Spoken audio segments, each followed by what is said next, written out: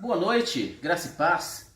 Estamos hoje no nosso 82º dia do propósito de leitura bíblica e programado para hoje temos os livros de Números 13 e 14, Provérbios 22 e Atos capítulo 19 do 21 ao 41.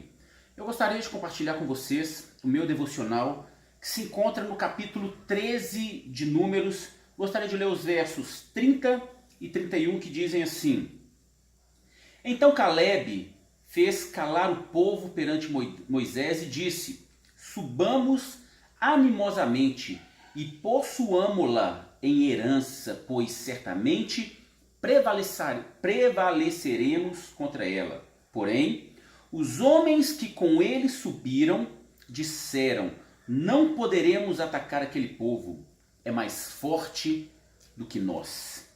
Esse texto, essa passagem, ela se dá no contexto onde Moisés ele levanta 12 espias para poder inspecionar a terra prometida, Canaã.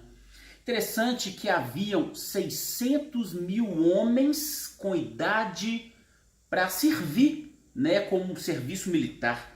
Eram aproximadamente, segundo alguns estudiosos, de 2 a 3 milhões de pessoas. E Moisés escolheu os 12 melhores, homens capazes, experientes. E nós vemos aqui pelos relatos dos espias, da grande maioria, de que não era possível conquistar aquilo que Deus havia prometido. Já Josué e Caleb vieram com um relato favorável, um relato mediante a promessa que Deus havia dado.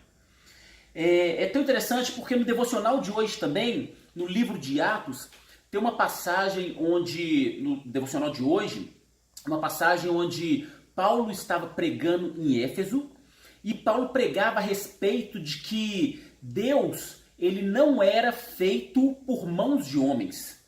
E havia um fazedor de deuses, um artista que fabricava imagens, e ele fabricava a imagem da deusa Diana, Sabemos que Éfeso havia o templo da grande deusa Diana, o grande templo da deusa Diana.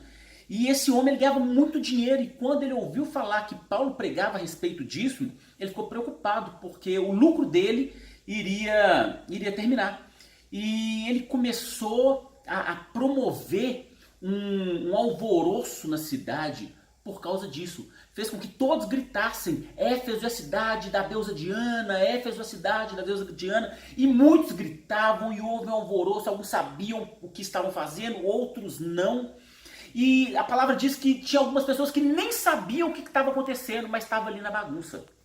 Tem um ditado que ele é muito mentiroso, que é aquele ditado que diz que a voz do povo é a voz de Deus. De forma alguma, isso é uma grande mentira, ainda mais nos tempos de hoje, nos tempos onde a corrupção, o pecado, a mentira, a inveja, as doenças, a depressão tem tomado conta da grande maioria. A voz de Deus é a palavra de Deus. Nós precisamos confiar nessa palavra. A nossa fé precisa estar firmada no autor e consumador da nossa fé. E a nossa fé ela é fortalecida, ela é ativada através da palavra. A fé vem pela palavra. Que nós possamos andar não por vistas, não mediante as circunstâncias, mas mediante aquilo que o Senhor nos prometeu, porque aquele que prometeu é fiel para cumprir. Que possamos mergulhar nessa palavra, continuar firmes no propósito, que você possa cada dia mais se apaixonar por essa palavra, que Deus te abençoe e que essa palavra seja o seu manual de instrução, que possamos tomar decisões, fazer escolhas e andar segundo essa palavra. Boa noite e fique com Deus.